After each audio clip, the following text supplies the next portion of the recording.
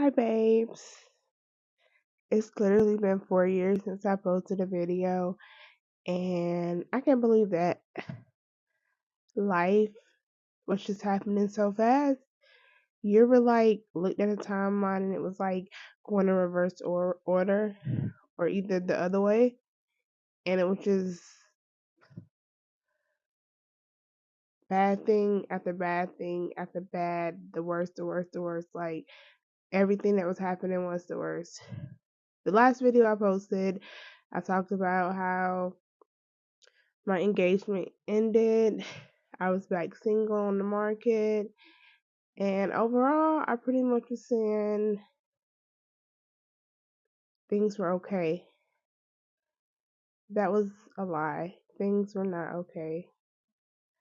So 4 years ago, let's do a timeline. Let's get in our chair and go back to 2001. Everybody know COVID hit. I think COVID caused a lot of people to get depressed, getting their feelings, and just not from sitting in the house. They were just like, what to do now? There was just nothing to do. And the fact that I was out of a relationship, I had 2 kids. At the time, I didn't know, but my son is autistic.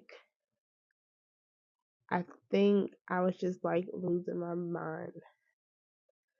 So a lot didn't happen in 2021. I was single. I started back working because when COVID hit, y'all, I quit my job. Uh, I spoke on a video where I tried to commit suicide. I was put in a facility. After I got the facility, I pretty much quit my job. That was 2020. I eventually got a job back, but my relationship never picked back up in 2021. Me and my kid's father were pretty much on good terms, and we ended the relationship, but we didn't end everything, if you get what I'm saying. 2021 was pretty cool until he got in a relationship with someone else. She wound up getting pregnant, and I think it just literally broke me because even though we had broke up and we were doing our own thing, I still loved him. And from my perspective, he still loved me and still cared about me. But once he got in a relationship, I just realized like this is really over. So let's go to now we're going into 2022.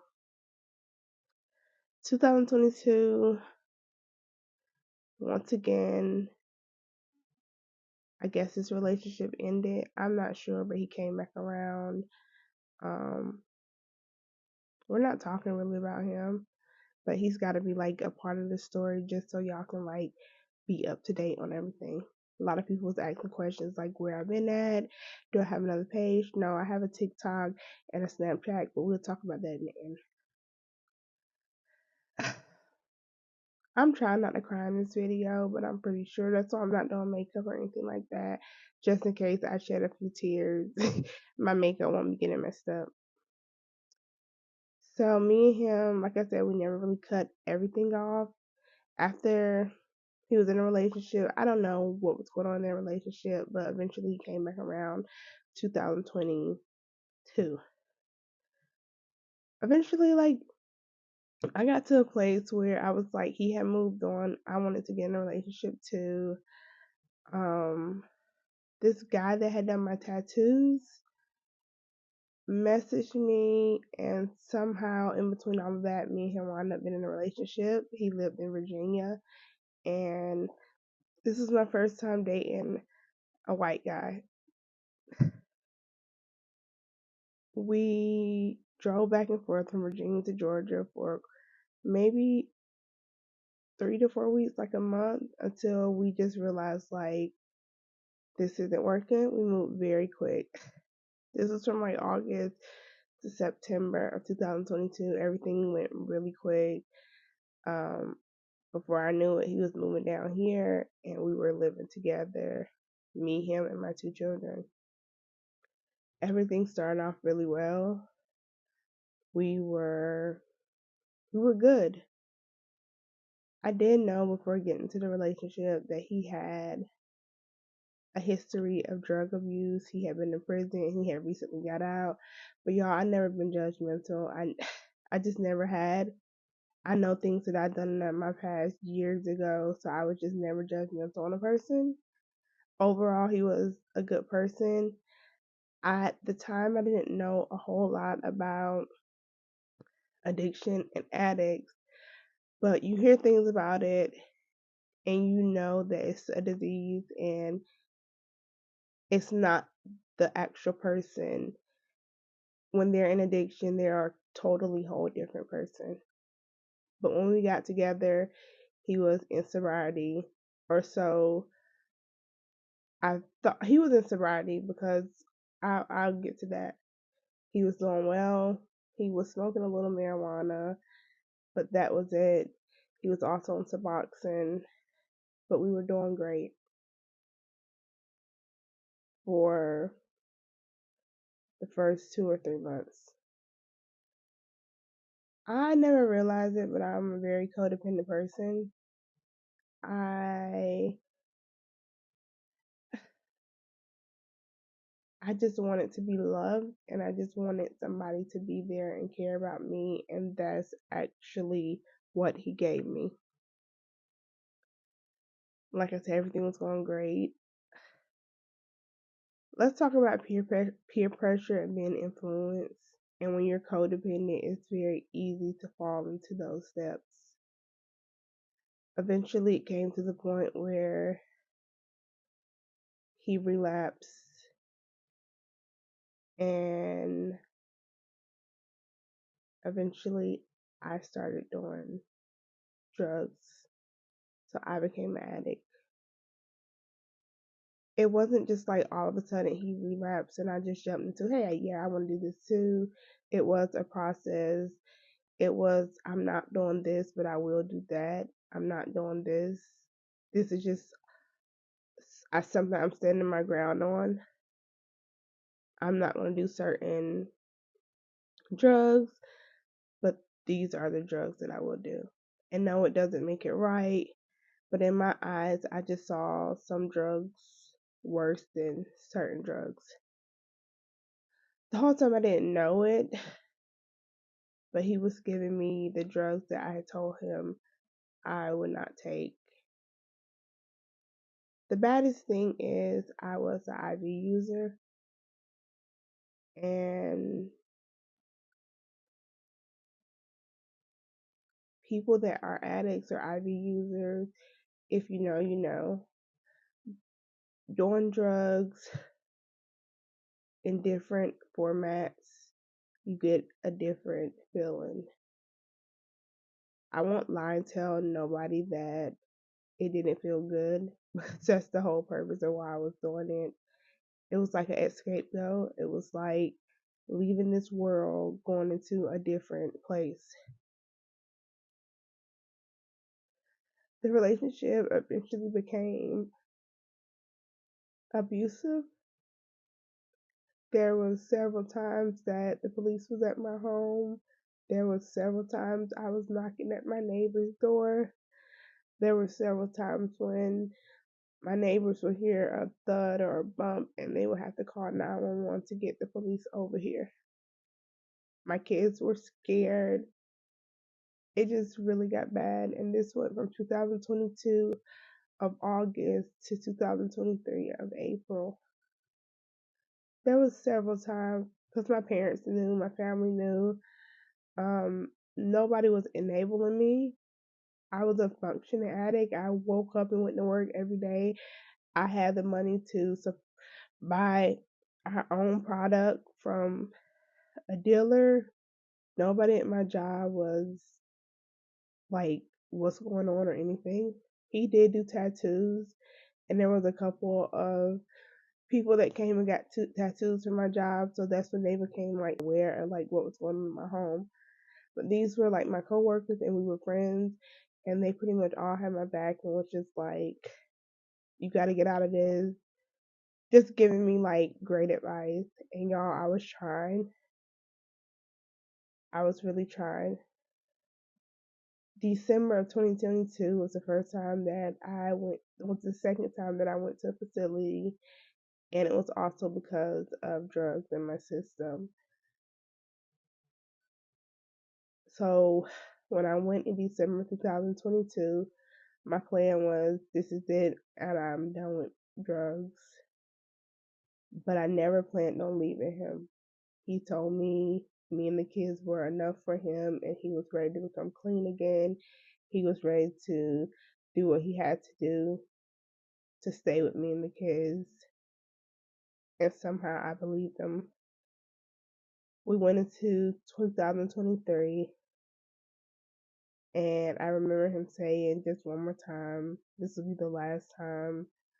We'll end this and go into 2023 sober and clean. And I relapsed again. We went into 2023, and it just became more chaotic. The abuse, the drug use, we never went into 2023 clean and sober. April 9th, Easter Sunday, I remember my kids waking up and my daughter saying, Mommy, let's go to church. It's Easter Sunday. And I pushed it off. I got a knock at the door, and it was CPS, and they just wanted to talk. Eventually, they told me that I was losing full custody of my children, and I had to have somebody in my presence at all times. I won't say my family wasn't there, but due to some circumstances and some things in my parents' past, uh, my mom and dad could not get them. My mom could come stay at my house, but my mom had a job, and I just knew that wasn't. I didn't want to mess up anybody else's life because of my problems. I didn't want to send my kids to live with their aunt and just all, because it was so quick. It was, hey, you're losing full custody of your children. Somebody has to step in and be there for you, like live with you, be with you all times. You can't be alone with your kids. It happened so quick, so it was just calling up people trying to figure something out. At that moment, I knew that I was ready to become sober, and I knew I would do what I had to do. So I made a decision to put my kids in foster care, and I knew that I would do the steps and everything I had to do to get my children back. So on Easter Sunday 2023, my kids were placed in foster care, and it was one of the hardest decisions that I had to make, and even hurtful. I made statements of committing suicide and overdosing, and I was sent 13 for the third time and sent to a facility. It was the worst facility I had ever been at. I was there for about a week. After being released, I made a decision that I was never going back to a facility ever again in my life. I went to court. I had court after court date. I was being drug tested. Um, just the whole works. I did what I had to do. I did not relapse, and I got my children back in 5 months. Everybody was shocked because on paper, the drugs that were in my system, I just looked at like the worst mom, and I just looked at like somebody that was such a bad addict that there was no hope for me. There would just be times that I relapse after relapse after relapse. But because of prayer, my parents, my family, and everybody just praying for me, and me even praying for myself, I was able to stay sober. And I can actually say April 9th of this year will be 2 years that I've been sober. So I got my children back September of 2023. Me and their dad rekindled. He Before the kids came back, me and him just decided we were gonna do what we felt like was best for the kids. There was moments at first he wouldn't talk to me, which I definitely understand because he didn't understand, and a lot of people didn't understand how I could stay in a relationship that involved abuse and also involved addiction to the point where I actually became an addict. We eventually had a talk. I explained everything to him and I told him I didn't expect him to understand because until you've been in that situation, you just won't understand. The guy that I was dating that was addict, sober, we're just gonna call him Jim. Sober Jim was the most perfect guy. He bought me flowers. He was perfect. When in addiction, he was it was just a whole different person. And I wanted the guy that was sober, and I believed that me and my children was enough, and he loved me enough because when he was sober, the love was there, and I just believed he loved me so much that we could do this together. But he had been strung out so long. It was just he didn't want to be sober enough. I wanted it more than him. Until this day, I still speak with his mom, and she has told me that he is still strung out, homeless, just living the worst life. But anyways, what I was saying, me and my kids dad rekindle, we moved back in. So when the kids came home, it was me and him. So it was like one big happy family. We're moving into 2024 now.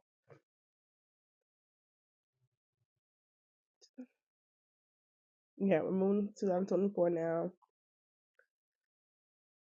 My case stayed open till 2024 February, and it was closed in February. And so there was no more drug tests, no more any of that. And I still managed to stay sober. Me and her dad and the kids, we were doing well. And we are still doing well. That's just a quick version of everything that happened. But as you can tell, within the past 4 years, it was a lot. Also, during the phase of my kids being in foster care, I got pregnant, had a miscarriage. The court used that against me. When the judge asked why I couldn't get my kids back, literally, that was July. That was what court used against me, is pretty much that I brought just random people in my home. They actually said I was dealing with a sex addiction. It was a lot. During the whole process with court, there were psychological evaluations. I was diagnosed with PTSD, bipolar 1. I had 2 psychological evaluations. One evaluation actually diagnosed me with a personality disorder, um, depression, anxiety, and I was put on a lot of medication, and I had to be compliant with it.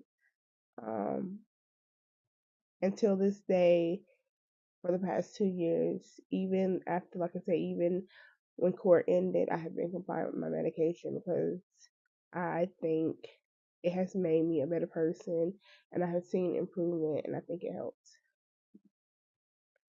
So with all that being said, I have my kids in my life. Their dad is here. Our relationship is, it's just a different relationship. And we probably talk about that in a different video, like specifically talking about relationships. But it's me, my two kids, and their dad, and we're living as one happy family. I'm working. I have two jobs. Um, yeah, that's just like a quick version, as quick as I can make it. I'm not missing pretty much anything that I feel like you guys should be aware of. That was kind of why I disappeared for 4 years. It was just so much going on in my life, and I was not in the right headspace to come up here and post good content because there was no good going on. I was just a total mess. But I'm back now, y'all, and I have exciting stuff to make content about. I have good stuff to make content about. January of this year, I had bariatric surgery, and I post a lot about that on my TikTok. My TikTok handles are Shadacia G, and I'll leave it like a link up here, or the at something. I'll leave something up here. I'll leave also my Snapchat. I don't snap a lot, but for y'all, I will. I talk a lot about my bariatric experience on my TikTok, and I will be bringing that along on my YouTube channel. I like TikTok because they're quick and easy to edit the videos. But y'all are my family, and y'all have been there with me. I think I've been on YouTube for like 6, 7, 8 years, something like that. And y'all, I'm never leaving y'all again. I had so many people messaging me or leaving in the comments that I had more handles or where I have been, and there was just not really nothing to say because it was just too much going on in my life. But I'm back and I'm better.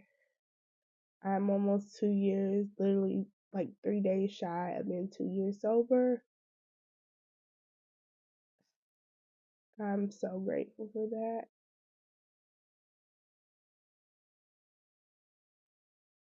This video was probably kind of one of those like sad, happy, sad, happy videos. But I just had to give y'all an update and let y'all know I will be coming back posting videos, hair videos, my makeup videos. We'll be doing vlogging, whatever y'all want. I'm bringing it to my YouTube channel because I really miss um, making videos. I miss doing this, and it's just so much different than doing TikTok videos. And like I said, y'all have been there with me for the past years. Make sure you watch this whole video. Subscribe to my channel. I have so much now I can talk about. I can talk about foster care. I can talk about addiction. I can talk about bariatric surgery. We're going to be in the gym. We're still doing makeup. We're still doing videos on wigs. We're still keeping. This is just my whole life. But y'all, thank y'all if you stayed through the whole video. Thank you so much. And I just want y'all to know that I love you guys. And I'm back. And I'm not going nowhere. Thank you for like not unsubscribing, but actually wondering how I was doing and where I had been. Thank y'all so much. I love you guys.